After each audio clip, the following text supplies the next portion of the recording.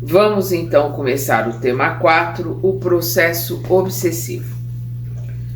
O processo obsessivo constitui-se em uma sucessão de eventos que culmina com o domínio do obsidiado pelo obsessor a ponto de subtrair-lhe a saúde mental física, social e familiar. Então, são uma série de eventos. Ele começa de uma forma muito sutil, por sintonia, e aí o obsessor vai buscando brechas, vai buscando ali tendências para ele vir muito sutilmente, colocando ideias, colocando pensamentos. Então, aquele que for invigilante, né? Vamos lembrar Jesus, orai e vigiai. Aquele que não se conhece para saber o que é seu e aquilo que está vindo de fora, acaba virando uma presa fácil para os nossos irmãozinhos instigantes. Então vamos lá. Nós vamos ver aqui um trecho do livro Obsessão e Desobsessão, da Sueli Caldas Schubert. No início da obsessão, o espírito perseguidor localiza sua vítima. Os condicionamentos, a predisposição e as defesas desguarnecidas. Disso tudo se vale o obsessor para instalar a sua onda mental na mente da pessoa avisada. Então ela vai ver os condicionamentos da pessoa, a predisposição que a pessoa tem para esta ou para aquela situação, para este ou para aquele assunto. Vai procurar as brechas aonde a pessoa é mais sensível, aonde é mais fácil de baixar a vibração dela, onde ela se irrita com mais facilidade, né? Vai ver as defesas desguarnecidas. Então, a hora que ela está mais, digamos assim, irritada, e principalmente se é uma pessoa que não tem o hábito de orar, não tem o hábito de manter uma limpeza no seu lar, né? o evangelho no lar, e por aí vai, ela está com as defesas desguarnecidas, fica mais fácil o trabalho. Aí continua aqui, é o trecho do livro. Em seguida, envolve-a em seus fluidos perispirituais a fim de garantir efetiva sintonia mental entre ambos. Então, os fluidos perispirituais do obsessor com os fluidos, com a energia, né? Com aquilo que o futuro obsediado está emanando ali, os fluidos perispirituais do obsessor, ele envolve, nós vamos ver o Kardec colocar como se fosse um manto, como se ele colocasse um manto ali para que essas energias dele, do obsessor, possam ser absorvidas por aquele que ele quer obsediar, para que as suas ideias, os seus pensamentos possam entrar na pessoa e a pessoa achar que é dela. Então aqui ele coloca. Esta só acontece, então, a fim de garantir efetiva sintonia mental entre ambos. O que? A sintonia. A sintonia só acontece porque, agindo de forma persistente, o obsessor envia os seus pensamentos numa repetição constante, hipnótica, à mente da vítima que, incauta, invigilante, né, aqui que nós estamos falando, invigilante, esse é o maior problema, assimila esses pensamentos, né, que o obsessor está emitindo, e reflete-os, deixando-se dominar pelas ideias intrusas. Por isso é tão importante, eu sempre vou repetir sempre, como um disco quebrado, o autoconhecimento. Porque quem se mantém no orar e vigiar, e quem se mantém buscando o autoconhecimento, ele vai perceber que aquele pensamento, aquela ideia não é dele. Nós vamos ver aqui o item 1, sintonia obsessiva. Analisando o processo das obsessões, Allan Kardec anota, e aqui nós vamos ver um trecho do livro Obras Póstumas. Quando um espírito bom ou mau quer atuar sobre um indivíduo, envolve-o, por assim dizer, no seu perispírito, como se for um manto. Os fluidos de ambos se interpenetram, os pensamentos e as vontades dos dois se confundem e o espírito pode então se servir do corpo do indivíduo como se fosse seu, fazendo-o agir à sua vontade, falar, escrever, desenhar, quais os médios.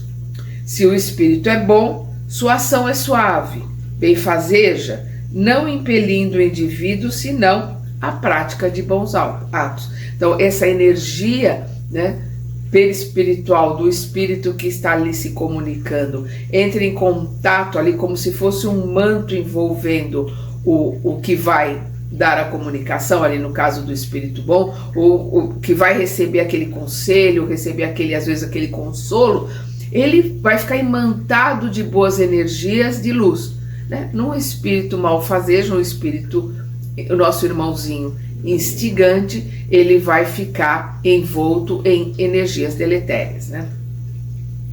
Se é mal, força-o a prática de ações más.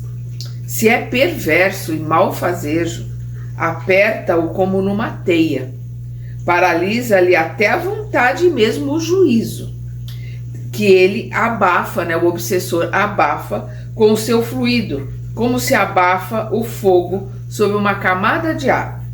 Faz o indivíduo pensar, agir em seu lugar, impele-o contra a sua vontade a atos extravagantes ou ridículos. Em suma, magnetiza-o, lança-o num estado de catalepsia moral, fazendo dele um instrumento cego da sua vontade. Tal é a causa da obsessão, da fascinação e da subjugação que se produzem em graus de intensidades muito diversos. Então a gente vai lembrar que a obsessão é uma importunação, ela começa assim, né, uma importunação, ele conseguindo os objetivos, ele caminha ali para a obsessão, né, de conseguir colocar suas ideias, seus pensamentos, passa para a fascinação, onde ele domina, ele coloca ali, principalmente se for médium, ele ostensivo, ele coloca ali que é o seu mentor, que ele é o melhor médium do mundo, que ele vai curar, que ele vai fazer, que ele vai acontecer, e aí ele vai dominando as energias desse obsediado, a ponto dele chegar na subjugação, que aí ele tem o controle. Então vamos lembrar que é sempre de perispírito para perispírito. Embora a palavra seja possessão, ninguém entra no corpo de ninguém. Embora a palavra seja incorporação, ninguém entra no corpo de ninguém. O perispírito, ele trabalha com o corpo físico ligado célula a célula. Então é o perispírito que está ali recebendo as informações, e no caso do obsessor, esse hipnotismo, essa monoideia, que ele vai colocando sempre ali na cabeça da pessoa, repetindo, para através dessa ideia ele conseguir um estado hipnótico até da pessoa. Ele vai caminhando da importunação, que é o começo ali da obsessão, caminha para a fascinação e depois para a subjugação. O texto descreve, esse texto que nós vimos aqui do Obras Póstumas, descreve as etapas do processo obsessivo que nasce da sintonia mental estabelecida entre o obsessor e o obsidiado, e que pode conduzir às seguintes consequências. Vamos lembrar que nasce a sintonia. Se não houver sintonia, esse obsessor não consegue acessar essa pessoa. E o que é a sintonia? Né? É como estar ali no rádio, o rádio você vai buscando, né, ali a frequência até você achar a frequência certa do rádio, e você escuta a música, você escuta as notícias daquele rádio. Da mesma forma, o obsessor vai vendo as tendências, vai vendo ali, né, aonde está o calcanhar de Aquiles para ele chegar ali e cutucar, e aí ele vai frequência com frequência. Então é a sintonia, a frequência daquele que vai ser obsediado com aquele que está querendo obsediar, eles vão ficando na mesma frequência e vão se unindo ali por energia. Então precisa ter essa sintonia. Não existe o primeiro contato se não houver sintonia. Não existe obsessor e obsidiado se não houver sintonia. Isso precisa ficar muito bem claro. Então nós vamos ver aqui essas etapas, né, que ela coloca, que pode conduzir às seguintes consequências. A conjugação de fluidos perispirituais, né, porque ali está trabalhando energia com energia, né, os fluidos com os fluidos.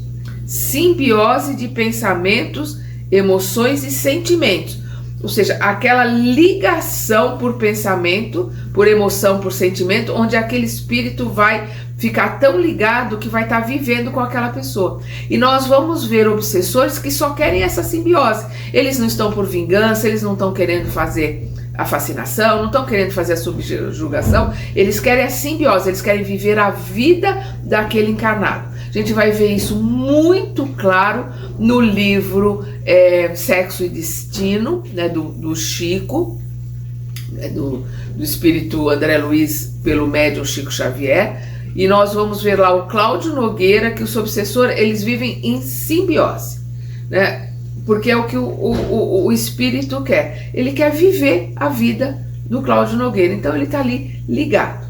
Então, o que ele coloca aqui? Simbiose de pensamentos, emoções e sentimentos.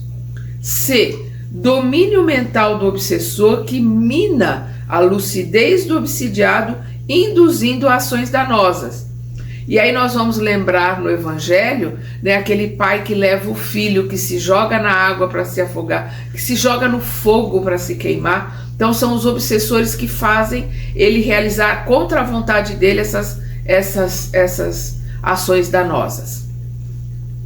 Embora a entidade obsessora passe a comandar pensamentos e ações do encarnado, em especial nos casos mais avançados de fascinação e de subjugação, o espírito não se apossa do corpo da vítima, como alguns acreditam.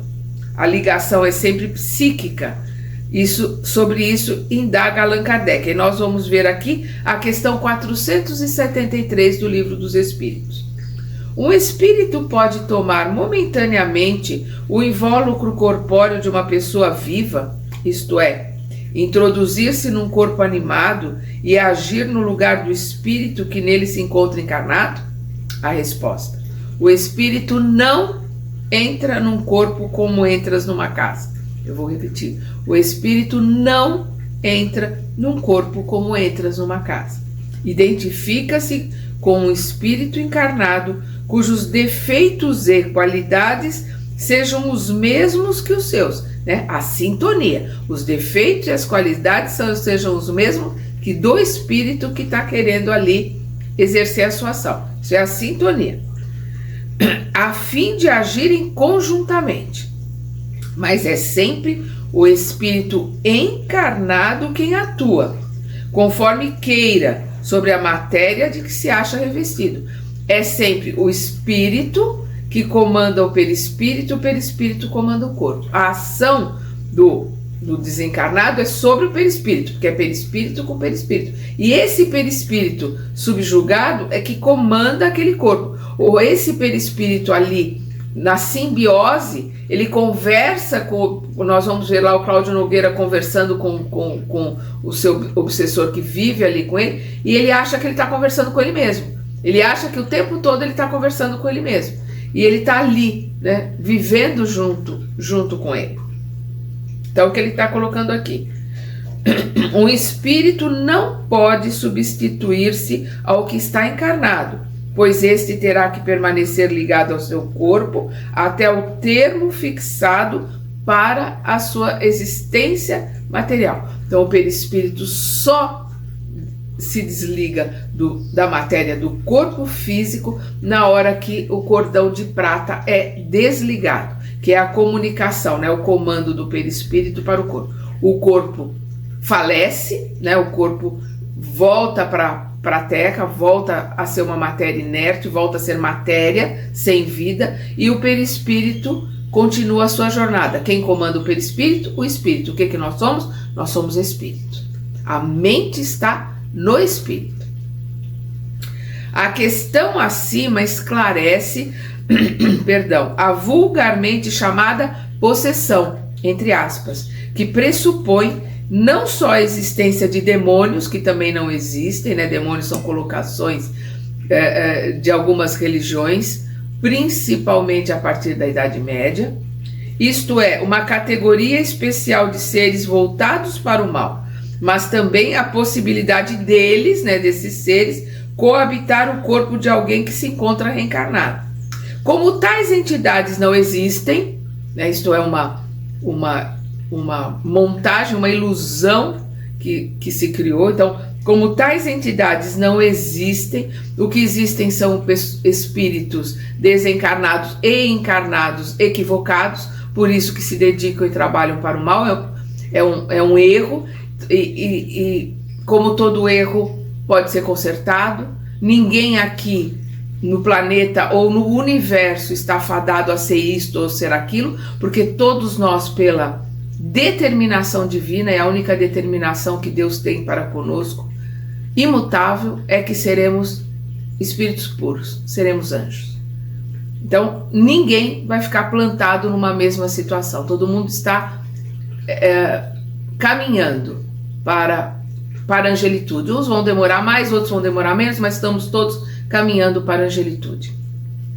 Então, como tais entidades não existem e não há possibilidade de coabitação no mesmo corpo, não existe a possessão, no sentido clássico do termo. Esta é a elucidação feita pelo codificador, abre aspas, né? O Kardec, na questão 474, os espíritos explicando para o Kardec na questão 474. Pela palavra possesso, deve-se entender apenas a dependência absoluta em que uma alma pode achar-se com relação a espíritos imperfeitos que a subjuguem. O perseguidor somente encontrará ambiente para obsidiar se o perseguido oferecer-lhe as condições favoráveis, isto é, fornecer-lhe brecha psíquica favorável. O que é a brecha psíquica favorável, né? São as condições onde ele possa penetrar a sintonia. E aí nós vamos ver aqui a colocação. Quais são essas brechas? Irritação, mágoa, ciúme, inveja, revide a uma agressão / ofensa, consumo de substância química entorpecente, dentre outros. Consumo de álcool, de fumo, de droga, qualquer tipo de substância química entorpecente. O obsessor ardiloso, vamos lembrar no livro Ação e Reação, nós vamos ver ali dois irmãos que vão fazer um curso no plano espiritual inferior. Eles vão lá para as Furnas fazerem um curso de obsessão, para saber como obsediar, como agir sobre a mente daquele que ele quer obsediar da melhor forma possível. Então, existem cursos nos planos mais baixos, nos planos inferiores, para que esses espíritos possam saber como realizar o trabalho da melhor forma possível. Aí a gente vai ver pessoas encarnadas que não querem estudar, que não querem aprender, que não querem se aperfeiçoar, médiuns ostensivos que não leem os livros do Kardec, não lê o livro dos Espíritos, não é nem ler, porque ler às vezes é passando, não estuda o livro dos Espíritos, não estuda o livro dos Médiuns, o Evangelho segundo o Espiritismo, o Céu, o Inferno e a Gênese, que são as bases, as estruturas para poder ter conhecimento, para poder saber como as coisas acontecem, inclusive para se proteger, para poder trabalhar melhor e para se proteger. O obsessor ardiloso, aproveitando-se da oportunidade, lança comandos mentais em forma de imagens, sensações e de lembranças de atos ocorridos no passado. Então o que acontece? Ele vai buscar na mente daquele que ele quer obsidiar lembranças de coisas passadas que o machucaram, que o perturbaram, ou erros graves que ele cometeu, e volta essas lembranças do nada ali para aquela pessoa, para ela reviver aquele sentimento de raiva ou ela reviver aquele sentimento de culpa. Então o vigilante, aquele que se mantém vigiando os seus pensamentos, aquele que trabalha para se melhorar. A hora que entra um pensamento desse, o que ele coloca? Ele vai trabalhar isso. Opa, aquela pessoa me magoou, mas eu estou fazendo de tudo para perdoar, mandando uma energia boa para ela, estou ressignificando aquela situação. Eu não vou entrar mais naquela situação de raiva ou de mágoa. Ou uma coisa que eu fiz que eu tenho culpa, eu vou ressignificar colocando e entendendo que hoje eu não faria aquilo de hipótese alguma. Então eu vou exercitar o auto-perdão, vou entrar em oração por mim e pelo irmãozinho que está tentando colocar coisas na minha mente. Ou seja, o vigilante, o que se mantém vigiando o pensamento, que entra em oração a hora que o pensamento sai daquilo, aquilo não é meu, ou aquilo está sendo colocado para exercer em mim um sentimento, o sentimento de raiva, o sentimento de culpa, o medo. E aí, quem tem o autoconhecimento, quem trabalha para isso, percebe logo e rapidamente muda a sintonia, muda o pensamento para não permitir que esse irmãozinho coloque ali as suas ideias. Então, ele vai dar muito trabalho para esse irmão que está ali querendo exercer a sua obsessão. Então, vamos voltar aqui porque isso é importante que se entenda bem. O obsessor ardiloso, aproveitando-se da oportunidade, né, daqueles sentimentos, lança comandos mentais em forma de imagens, sensações, né, os sentimentos, e de lembranças de atos ocorridos no passado. Quantas vezes a pessoa fala, nossa, mas por que isso veio na minha cabeça? Quem tem conhecimento, quem estuda, sabe por que veio na cabeça, sabe que é o irmãozinho que está ali querendo trazer isso. E na mesma hora vai entrar em oração, e se tiver conhecimento mesmo, às vezes não dá, mas podendo, faz oração em voz alta, para que essa oração possa atingir aquele irmão que está ali, também possa participar da oração. Se é acolhida, se essas ideias, se essas lembranças, se esses sentimentos forem acolhidos, se acolhidas o sentimento de ódio, a culpa, a melancolia, a irritabilidade, o medo, etc., ficarão aguçados. E aí é a brecha perfeita para que ele possa entrar. Acho que um exemplo que para a gente entender como essas coisas... Porque às vezes você vê uma pedra, você fala, nossa, a pedra ali ela é dura, ela está hermeticamente fechada. Você joga uma água naquela pedra, você vai ver que ela tem fissuras. E depois de algum tempo você vai ver que da pedra vai sair um pouco de água. Por quê? Porque a água penetrou nessas fissuras. E é assim que esses nossos irmãozinhos trabalham. Eles vão buscando essas fissuras e como a água, eles vão devagarinho entrando por essas brechas. Permitida. Aí é que está. Por que é permitida a incursão obsessiva inicial? Pela sintonia, por aceitar esses pensamentos, aceitar essas ideias, aceitar essas lembranças que eles trazem de volta. Então, permitida a incursão obsessiva inicial, a hipnose se estabelece e os pensamentos vão gradativamente se ajustando ao comando do obsessor. Né? São as brechas que eles vão encontrando. Aí nós vamos para o item 2, infecções fluídicas. Alimentada a intimidade psíquica mental. Como é que ela é alimentada? Através desses pensamentos, através dessas ideias e da aceitação daquele que está recebendo essas ideias, esses pensamentos, aceitação como se fosse dele, né? Aquele que é invigilante. Então, alimentada a intimidade psíquica mental entre o obsessor e o obsediado, esta gera consequências graves. Se não houver uma intervenção capaz de cessar a ligação estabelecida, tanto a mente quanto o corpo físico do obsidiado começarão a exibir os sinais do colapso das energias, perceptível pelos pensamentos desconexos, perda do senso crítico, tomada de decisões inadequadas, instabilidade emocional, como? E elas são sempre, né, em dupla, de um lado e de outro. Irritabilidade / calmaria. Depressão / euforia. delírios/alucinações e somatizações orgânicas manifestadas na forma de enfermidades variadas. São estados decorrentes do que o espírito André Luiz denomina de, abre aspas, infecções fluídicas, fecha aspas, cujo agravamento pode produzir danos irreversíveis à delicada tessitura psíquica durante a reencarnação. Por quê? Porque é a mente que comanda os trilhões de células que existem no corpo perispiritual e no corpo físico.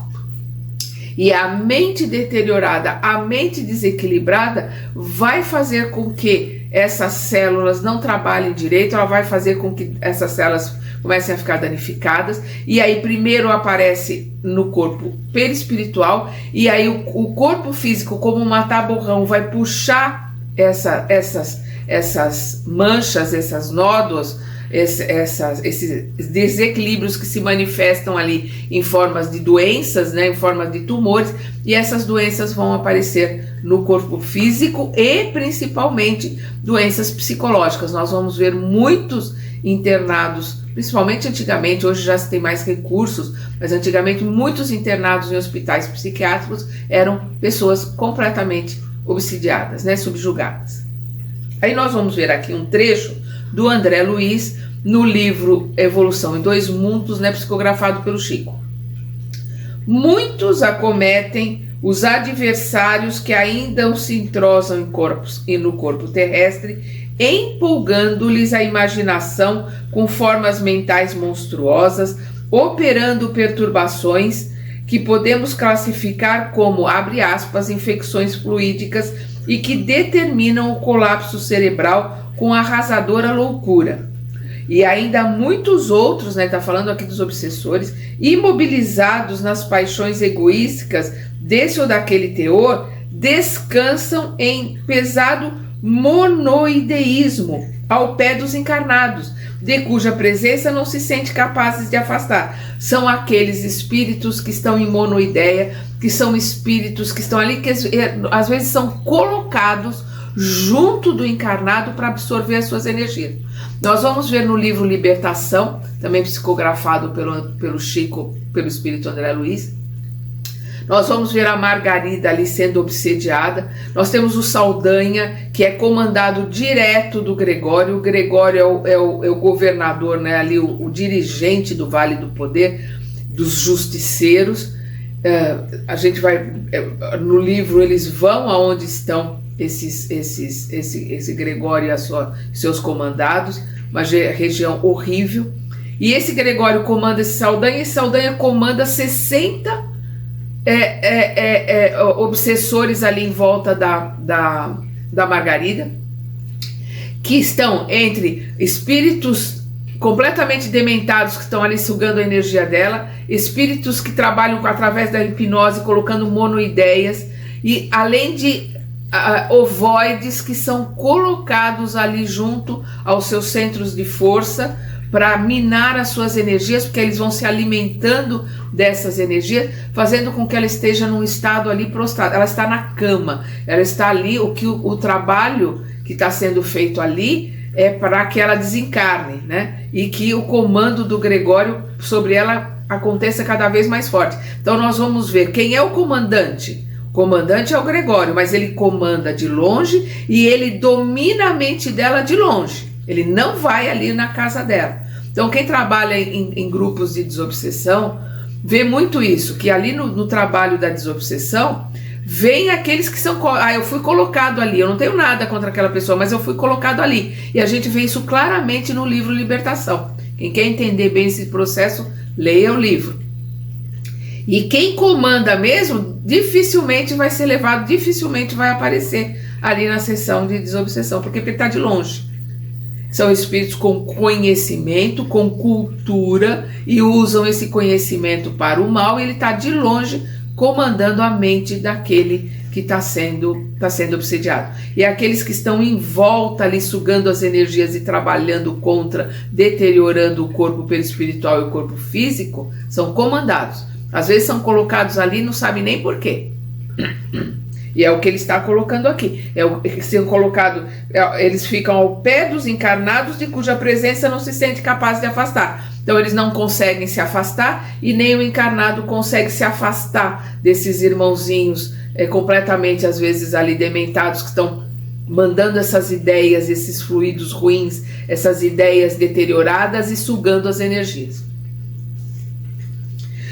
Espíritos com alta carga de negatividade, é o que nós estamos falando, prostam-se junto a encarnados invigilantes, intoxicando-lhes o perispíritos, com as emanações deletérias que carregam e que, ao serem assimiladas, geram o mesmo estado de desequilíbrio. Gera o mesmo estado de desequilíbrio daquele desencarnado que está ali encostado. Por isso a palavra encosto. E é exatamente isso, eles estão ali encostados, estão ali perto, né, para poderem sugar as energias e transmitir as suas ideias, né, de ódio, de raiva, às vezes até ideias desconexas, porque eles estão tão dementados, eles estão tão ali numa monoideia de ódio e de perturbação, eles passam só esse ódio, essa perturbação para aquela pessoa na qual eles estão próximos. E aqui nós vamos ver um trecho, que é um trecho do capítulo 19 do livro Missionários da Luz, do André Luiz. Assim como o corpo físico pode ingerir alimentos venenosos que lhe intoxicam os tecidos, também o organismo perispiritual pode absorver elementos de degradação que lhe corroem os centros de força, né? Então, nós vamos ver que nos livros do Kardec, nos livros do André Luiz, os centros de força é aquilo que os orientais chamam de chakras. Então, corroem, vão sugando, vão se alimentando dessas energias do centro de força, né? Então, da mesma forma que um alimento envenenar o corpo, ou fazer com que a pessoa tenha uma diarreia, ou fazer com que a pessoa tenha um problema de fígado, fazer com que a pessoa vá para a cama, vá para o hospital por causa de um alimento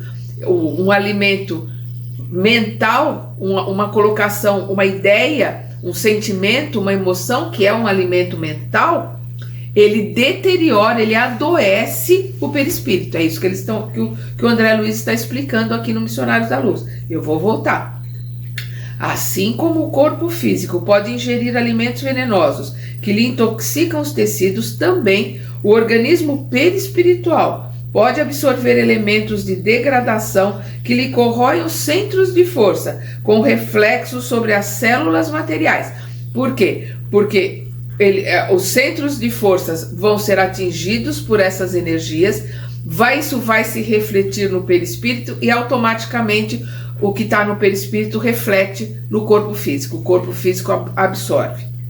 Se a mente da criatura encarnada ainda não atingiu a disciplina das emoções, né, o autocontrole, o orar e vigiar, buscar o autoconhecimento, buscar a reforma íntima, então, se a mente da criatura encarnada ainda não atingiu a disciplina das emoções, se alimenta paixões que a desarmonizam com a realidade, né? Paixões, vícios, raiva, ódio, inveja, ciúme, por aí vai, pode a qualquer momento intoxicar-se com as emissões mentais daqueles com quem convive e que se encontrem no mesmo estado de desequilíbrio. E essa convivência pode ser de encarnado para encarnado e de encarnado para desencarnado. Ele pode estar recebendo essas energias deletérias de um desencarnado, mas ele pode estar recebendo de um encarnado também. A colocação é a mesma. Às vezes, semelhantes absorções constituem simples fenômenos, sem maior importância, né? É aquela pessoa que está ali, a pessoa está andando na rua, aquele espírito está buscando um lugar para se alimentar, está buscando alguma coisa, ela vai e encosta, ela se liga àquela pessoa para buscar ou para tentar alguma coisa, e aquilo pode ser só um simples incômodo. Ela chega em casa, quem faz o evangelho no lar, porque o evangelho no lar é a limpeza energética da casa, né? Quem faz o evangelho no lar, a hora que chega em casa, esses espíritos não conseguem entrar. Quem está se mantendo vigilante, a hora que começa aquele pensamento, aquele sentimento que não é bom, entra em oração, modifica o pensamento, ele já se afasta, vai procurar um mais fácil. Então, o que ele está colocando aqui? Às vezes, semelhantes absorções constituem simples fenômenos, sem maior importância. Todavia, em muitos casos, são suscetíveis de ocasionar perigosos desastres orgânicos. Isso acontece, mormente, principalmente, quando os interessados não têm a vida de oração, cuja influência benéfica pode anular inúmeros males. Quando a pessoa não tem o hábito de orar, por isso Jesus coloca o vigiar e orai. Vigiar os pensamentos, sentimentos, entrar em oração. Por isso é tão importante o evangelho no lar. Se manter, né, a limpeza, da mesma forma que a faxineira limpa a nossa casa, ou a gente limpa a nossa casa para que não fiquem, né, aqueles bolos de poeira com cabelo que vão rolando embaixo dos móveis, né? O evangelho no lar limpa os miasmas, limpa as energias que estão nas paredes, estão na casa. Na análise que se segue, Sueli Caldas Schubert esclarece o processo mórbido mencionado, reportando-se a André Luiz. Aqui nós vamos ver um trecho do livro Obsessão e Desobsessão da Sueli Caldas Schubert, onde ela se reporta ao livro Libertação do André Luiz, o que eu comentei agora há pouco. Perdão.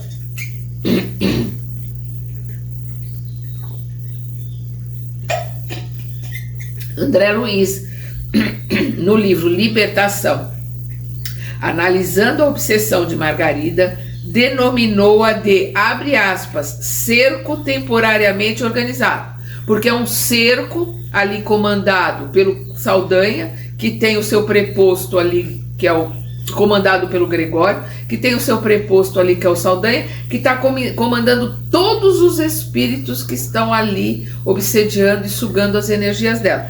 Então, ela coloca aqui, abre aspas, cerco temporariamente organizado, fecha aspas. Por que temporariamente? Porque tudo pode ser modificado a partir da vontade que aquele espírito que está ali sendo obsediado tem de se ajudar e de se melhorar, e da intercessão amorosa daqueles que amam, né, daqueles que estão ali buscando ajudar. Mas o maior trabalho e o maior esforço tem que ser daquele que está recebendo essas sintonias, porque ele é que tem que se ajudar. O maior trabalho é dele, por isso o cerco é temporário.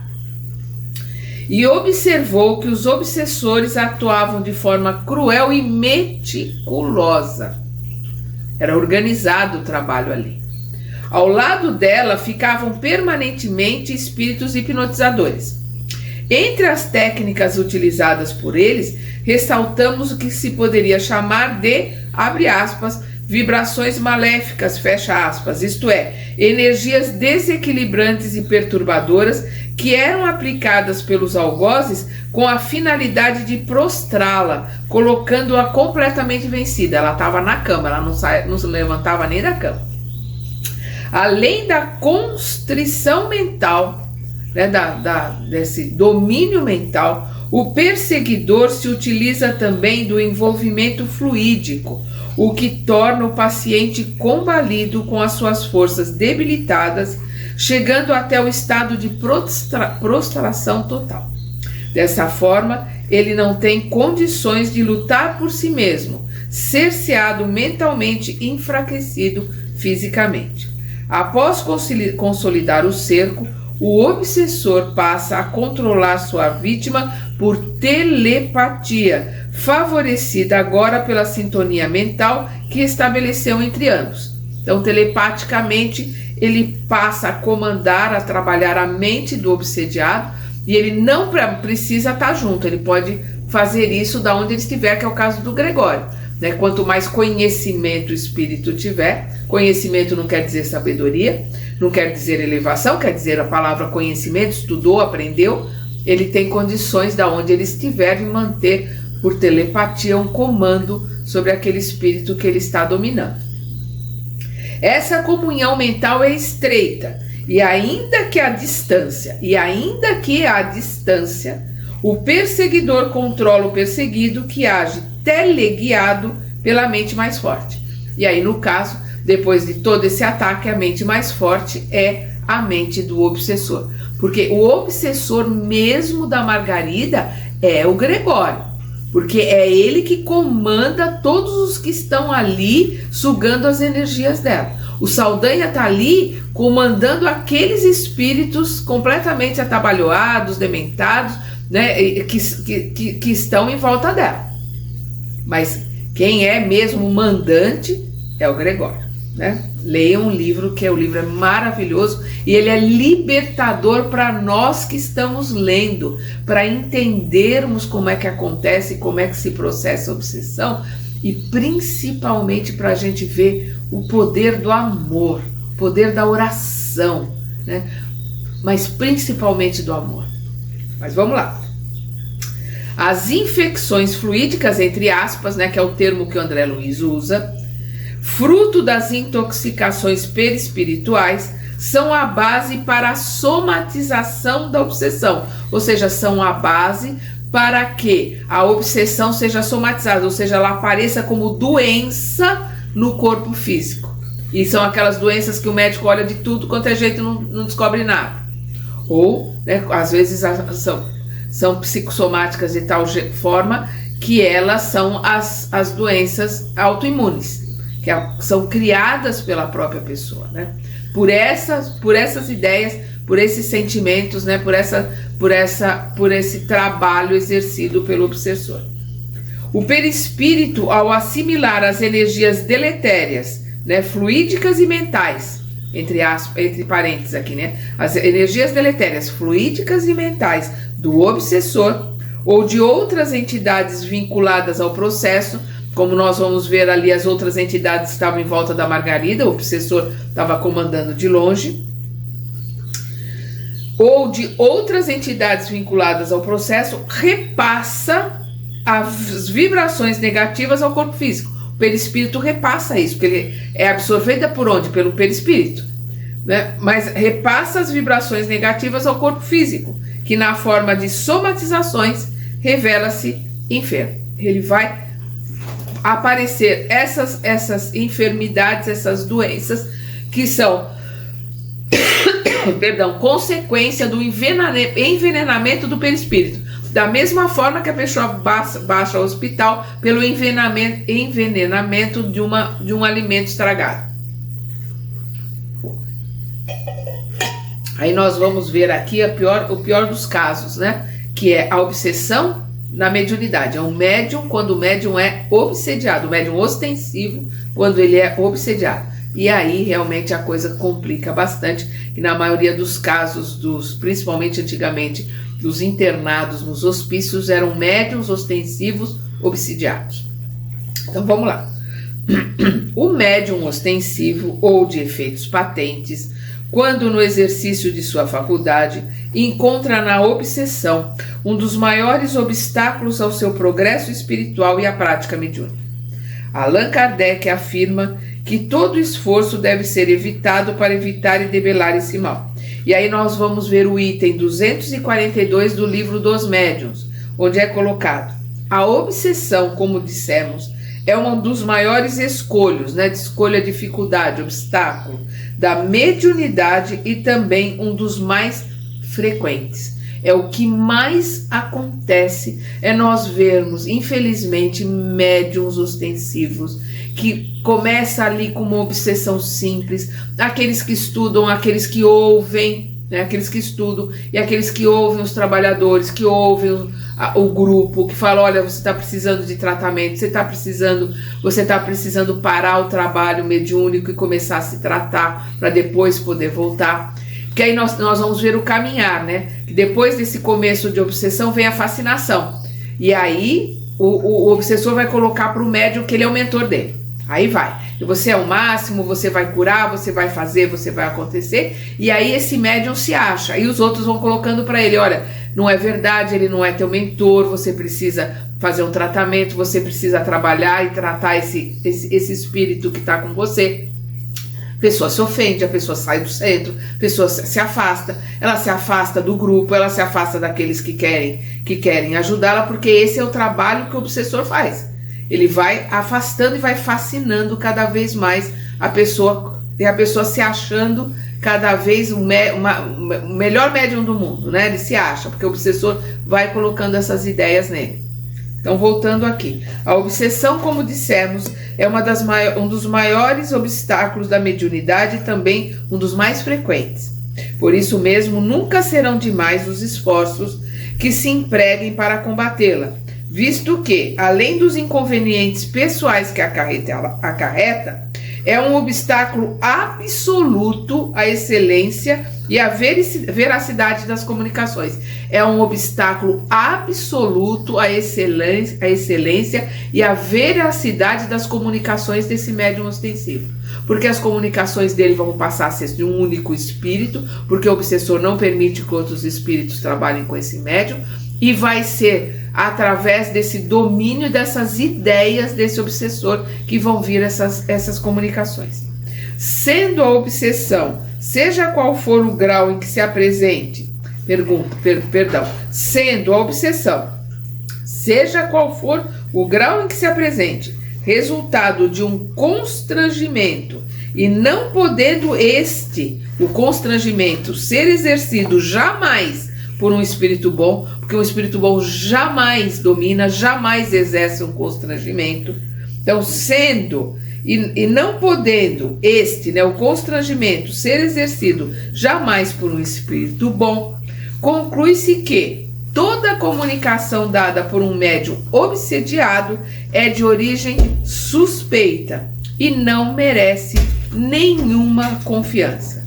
Se por vezes se encontra nela, na comunicação, naquilo que foi recebido ali, se por vezes se encontra nela, na comunicação, alguma coisa boa, que se retenha o que for bom e se rejeite tudo o que pareça simplesmente duvidoso. Isto é o que está no item 242 do Livro dos Médiuns. E aí agora nós vamos ver o 243. O codificador enumera no item 243 do Livro dos Médiuns 9 características pelas quais se pode reconhecer a obsessão que acomete o médium, as quais merecem ser lidas com atenção. Precisam ser lidas aqui com atenção. Estas características podem ser resumidas nas seguintes: persistência de um espírito em se comunicar. Então é sempre aquele mesmo espírito que está ali naquele médium dando comunicação, que é o que eu falei, o obsessor não deixa outro espírito trabalhar com aquele médium. Ilusão do médium em relação à qualidade da comunicação. Sempre ali, o espírito está ali fascinando, está ali colocando para ele que aquela mensagem, aquela colocação é o máximo, que o que ele está fazendo é o máximo, que ele vai curar, que ele vai fazer, que ele vai tirar, que ele faz e acontece. Então, ilusão do médium em relação à qualidade da comunicação que recebe. Crença na infalibilidade dos espíritos que por ele se comunicam. Então, ele coloca na mente do médium que ele é infalível, aquele espírito que se comunicando por ele é infalível. Não existe infalibilidade de espírito nenhum. Nós vamos ver colocações que não aconteceram vindas do Chico Xavier, que é um dos maiores médiuns que nós já tivemos aqui no planeta Terra. Com todo tipo de mediunidade, com uma mediunidade fantástica. Nós vemos colocações dele que ele pôs e que por quê? Porque o Chico foi enganado? Não, porque as coisas se modificaram. A gente precisa entender que no plano espiritual, nesse mapa que existe, nós temos o nosso roteiro do nosso reencarne que a gente segue ou não, livre-arbítrio. E tem o curto, médio e longo prazo de um mapa onde todos os roteiros de todas as pessoas que estão encarnadas ali juntas se interagem. E como tem o livre-arbítrio, você pode realizar ou não o que você tem para realizar. Haja vista aí o livro Os Mensageiros, que é um livro que todo mundo tem que ler. O plano espiritual tem que fazer que nem o GPS do carro, recalculando, ele tem que modificar as coisas que estão ali. Então o Chico recebeu uma informação do que era o presumível, do que era o mais provável naquelas circunstâncias que que estava ali. Uma senhora que estava ali muito triste, muito chorosa em relação ao desencarne do filho. E aí o Chico coloca para ela que esse filho dela vai vir com a filha dela como neto dela. E aí, um tempo depois, essa filha desencarna. E esse neto não nasceu. Então, o que aconteceu? Essa programação foi reformulada e aquilo não aconteceu. Então, os espíritos, como qualquer pessoa, são falíveis. Por quê? Porque não existe destino, não existe futuro programado, existe probabilidades. E existe o roteiro de cada um. E existe o livre-arbítrio. A gente vai cumprir o roteiro que nós mesmos fizemos no plano espiritual, se nós quisermos. Se nós não quisermos, a gente enfia o pé na jaca. Faz um monte de besteiras e faz tudo o contrário, às vezes, do que estava no roteiro. De novo, nós vamos ver isso bem colocado no livro Os Mensageiros. Então, crença na infalibilidade dos espíritos que por eles se comunicam. Disposição de se afastar das pessoas que possam dar bons conselhos. Então, a primeira coisa que o obsessor vai fazer é afastar aquela pessoa do grupo, afastar aquela pessoa daqueles trabalhos em que as pessoas estão ali querendo ajudá-la, querendo mostrá-la que é um obsessor que está ali, das pessoas que dão bons conselhos, das pessoas que querem ajudar, ela vai se afastar, porque o obsessor vai fazer ela se afastar. Reação negativa à crítica das comunicações que recebe. Não aceita uma crítica porque acha que aquele espírito é the best, né? É o melhor que tem, a melhor informação, a melhor psicografia, a melhor informação. E às vezes é só bobagem quando não tem coisas sem nexo que estão ali naquela mensagem. Necessidade constante de psicografar, abre aspas, né? Ou, aliás, abre parênteses, ou exercer outro tipo de mediunidade, fecha parênteses, em locais e horários inadequados. É aquela pessoa que tem necessidade de estar o tempo todo psicografando. É aquela pessoa que numa palestra ela começa a ter um chilique ali, ela começa a dar passividade, começa a cair, começa a tremer, chamar a atenção de todo mundo, porque é o obsessor que está ali fazendo com que ela tenha atitudes ridículas, inapropriadas. Né? As pessoas precisam ir lá, tirar do salão. As outras pessoas que estão ali, que não conhecem, que não, às vezes estão pela primeira vez, ficam com medo. Então, são atitudes completamente inapropriadas, é o efeito do domínio do obsessor naquela pessoa. Então, de novo, necessidade constante de psicografar, abre parênteses, ou exercer outro tipo de mediunidade, fecha parênteses, em locais e horários inadequados. Tem pessoas que dão passividade, que tem esse tipo de colocação, psicografia ou passividade e tal, no trabalho, na rua.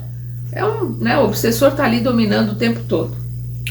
Constrangimento que impulsione o médium a falar contra a vontade, ou fazer coisas contra a vontade. Vamos lembrar lá, na época de Jesus, o rapaz se jogava na água e se jogava no fogo. Era contra a vontade, porque na água era para se afogar e no fogo era para se queimar.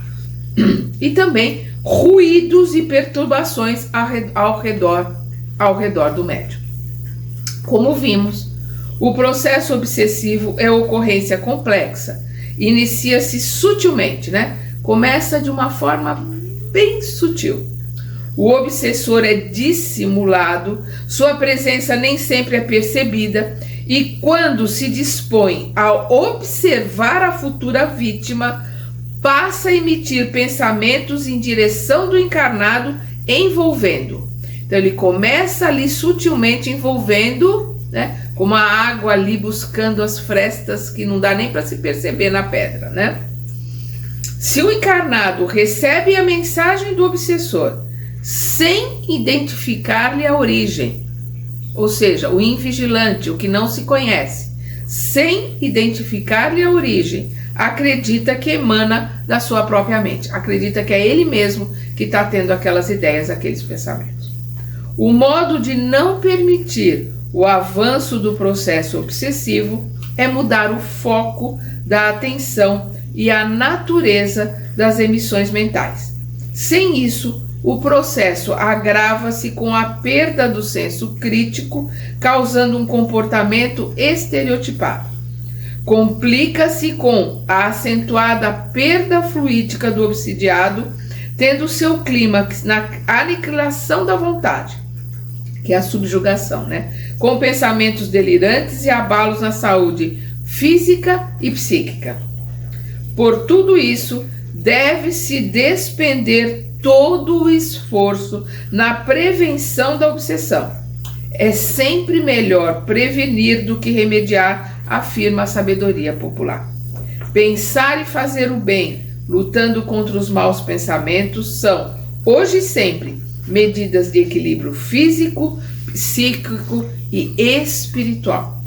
E aí nós vamos lembrar as questões 919 e 919A do livro dos Espíritos, onde nós vamos ver Santo Agostinho colocando ali, né, os ensinamentos para o autoconhecimento, o nunca dormir sem fazer um levantamento do dia, de tudo que se pensou, de tudo que se falou, de tudo que se fez, para programar o dia seguinte, para não fazer de novo, para pedir desculpas, para consertar os erros que se cometeu, porque este trabalho de formiguinha, de todos os dias fazer esse levantamento, é que vai fazer com que a gente obtenha o autoconhecimento de nós mesmos. Que a gente comece a perceber, puxa, como eu sou implicante.